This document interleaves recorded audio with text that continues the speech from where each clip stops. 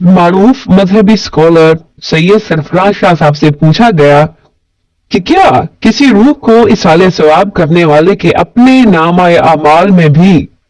नेकियों का इजाफा होता है?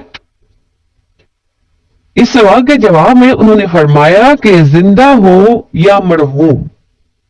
हर इंसान को अपने नाम अमाल को बेहतर करने के लिए नेकियों की जरूरत होती है। जिंदा इंसान तो इस सिलसिले में खुद कोशिश कर सकता है, लेकिन जब कोई शख्स इस दुनिया से इंतकाल कर गया तो वो अपने नाम अमाल में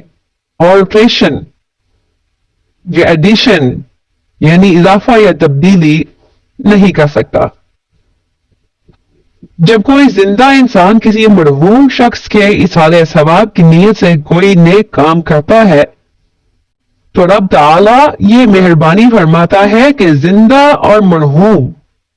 दोनों अफराद को उस नेक अमल का बराबर सवाब अता करता है।